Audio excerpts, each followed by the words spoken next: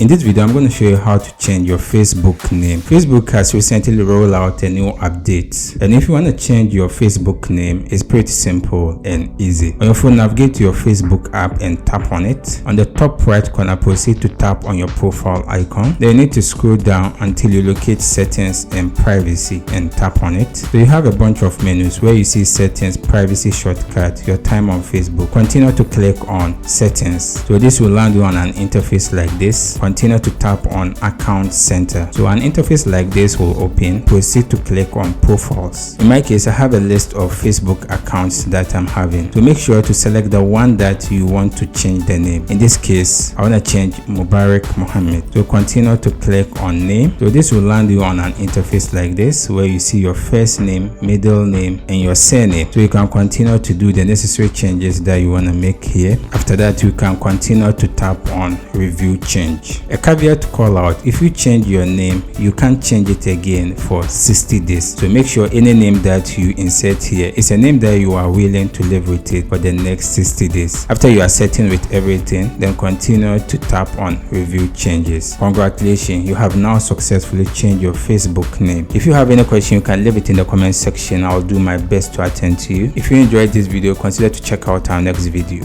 See you in the next video.